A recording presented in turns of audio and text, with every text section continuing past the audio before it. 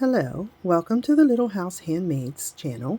My name is Charlotte, and this is your place to find how-to videos on different knitting stitches and steps, and also other various crafts. Welcome, hope you enjoyed today's video. Welcome back. Today we're going to move on to how to make a textured knit pattern using your knit and your purl stitches. That you know both of them now, and now we learn how to use them and how to read them. First, we need to talk a little bit about knitting patterns and how they're written. A lot of times you'll come across a stitch pattern and it's written out like this: P4, K, row 1, P4, K4, P4, K4, P4. So this is set up for the 20 stitches we have on our scarf that we're going to be doing next. So this, sometimes people look at that and say, well, I can't read that, I don't know what it means. It's pretty simple. It's once you know what the abbreviations stand for. P stands for purl, K stands for knit, WS means wrong side, and RS means right side.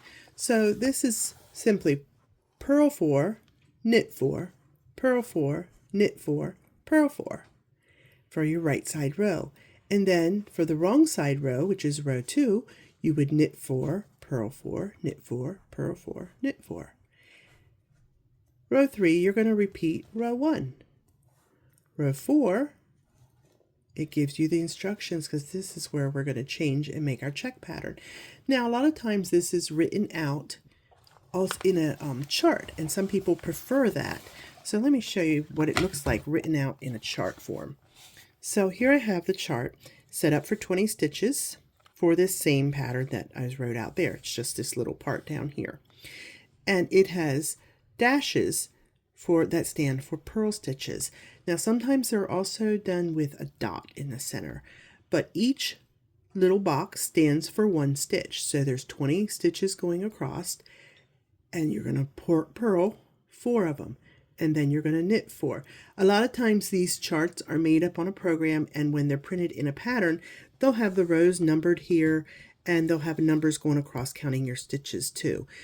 That I didn't write those out because this is just a handmade chart on a graph paper that I have when I start doing charts, and then I put it into a computer one, and I didn't have that to add onto here. So they would have numbers, and they look a little better than this. This is just done out by my pen. So each row we're going to do the pattern that's on here. But now when we turn, we'll be coming back, but we're working on the wrong side. So then we have to do the opposite. So where it shows purl on the right side, we're actually going to have to make a knit side on the opposite to make the purl on the right side. And we'll talk a little bit more about that as we follow the pattern. But for now, let's go ahead and get started making our pattern. So I have a lifeline in here, which I talked about in a previous video. If you're at all scared about, oh, what if I make a mistake? What if, that happened? Then what do I need to do? Put your lifeline in. That gives you a safe place to pull back to, that you can start again if you feel like you messed it up too much. But a lot of times, if the mistake is not going to affect the function or the wearability of an item, I often will let them there. Unless it's a drop stitch, I try to fix those. But it's a character thing to it. It's something that you're learning. So don't be afraid of making mistakes, because making mistakes sometimes is how we learn. So I did 2 rows here in the garter stitch. So that was knit both sides. And the reason I did that is because I'm going to have some purl stitches and some knit stitches. And I did it right next to the pink. I would have ones that would have this little line. And I don't necessarily want that on my right side. So to start, it was purl 4. So holding my yarn to the front, I'm going to purl 4 stitches.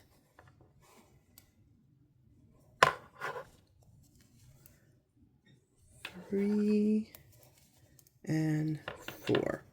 Now, when I want to switch to a knit stitch, my yarn has to come from the back. So what I do is I take my yarn between my needles without making a stitch and hold it to the back. Then I knit the next 4 stitches, coming with my yarn from the back. 1, 2, 3, and 4. Now we want to purl the next 4 stitches. So once again, I need my yarn from the front. So I take my yarn between my 2 needles to the front, and then I can purl the 4 stitches.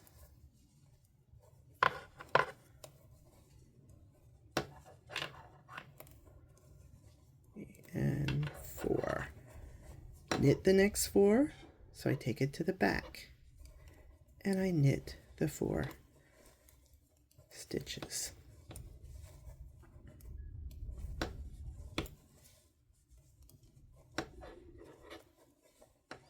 And I want to purl the last 4, so I bring my yarn through to the front and purl the last 4 stitches. 3 and 4.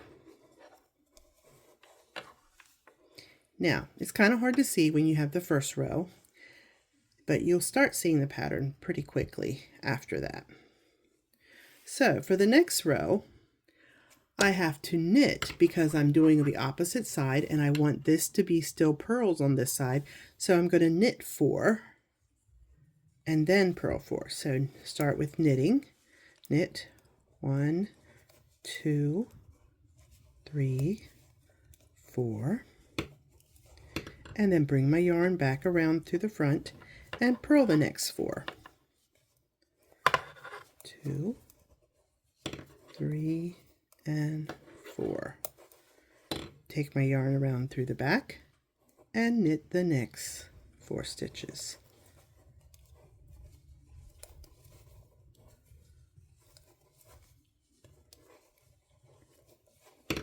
Back to the front and purl.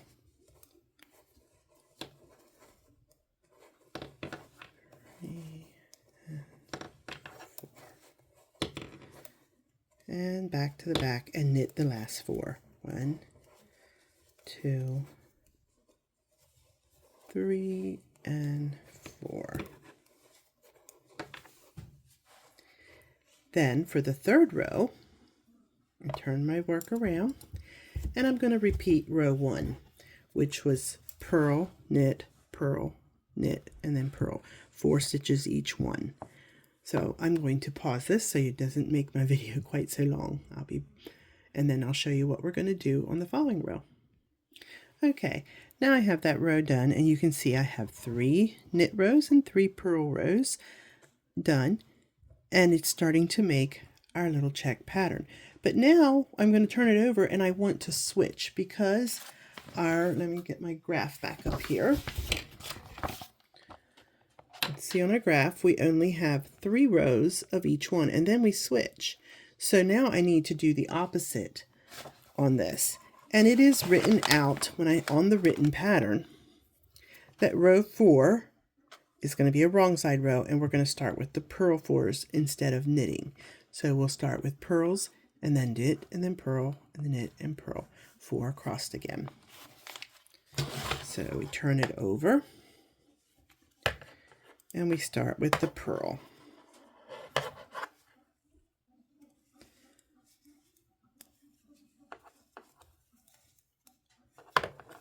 3 and 4. Take it to the back and then do our 4 knits.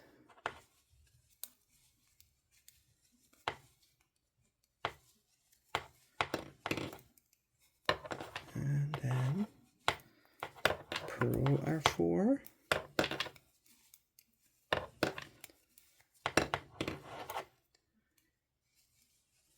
Knit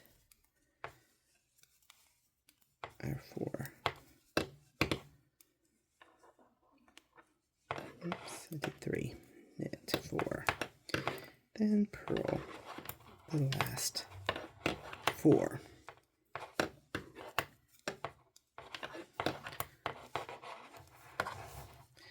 So now we're ready for the right side row, which is row 5.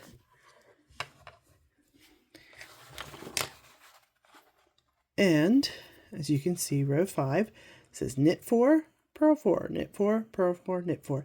And then row 6 will be repeating row 4. These 6 rows are repeated as often as you want. So I'm going to do several repeats and then I'll show you what it looks like. Okay, I'm just finishing up my last couple of stitches here. And you may notice I have switched to my circular needles because I usually when I knit, I'm holding my knitting in my hands in my lap. And I am trying to do, when I'm trying to do it on top of the table, so I have my camera stand and such, and I just couldn't stand the way those long needles were clicking on top of the table. So I switched to my circulars, which is a shorter needle part and then a cable that connects the 2 needles. If you can see that that's all connected. But instead of working, it's made for when like you're working a sweater and you're going around and around and around knitting, and knitting a big tube. But they can be worked back and forth like this too. And I also like them when I'm doing straight knitting projects or flat knitting, that I can easily pull my needle through like this and let the cable hold them and it doesn't slide off the needles as quick. So what I did here is I have knit an extra set of the chart.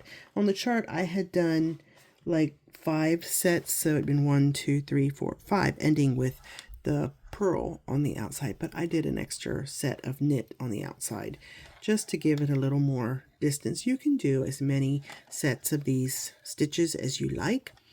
I knew that I forgot to mention too, that I knew this was going to be a bigger section, so I did not carry my colored yarn up the side like I had been doing for the short color changes. So what I'll do with that is get my needle, lace it up, turn it over so I know that I'm working on the back side of my fabric, and then I will lace this and through and sew my end in using the knobbies on the back so that it won't show up.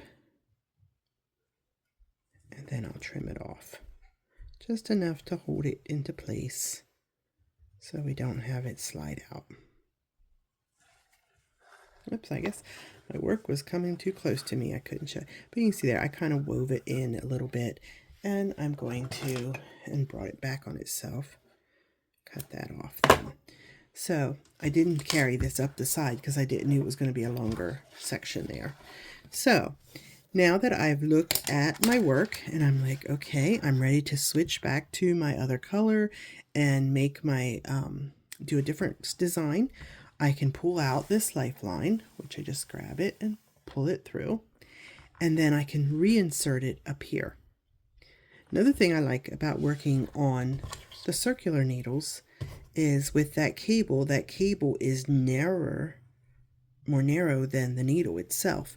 And so when I want to put a line in, it gives me that extra space there to slide it in a little easier than working with the straight needles. But most people do learn on straight needles because they seem to be easier to learn on. Anyway, I'm putting my lifeline back in, and then we'll be ready for the next stitch pattern. There you can see this line is in and ready to go. So I'll take off my yarn needle, and then we'll be ready for our next pattern. See you next time.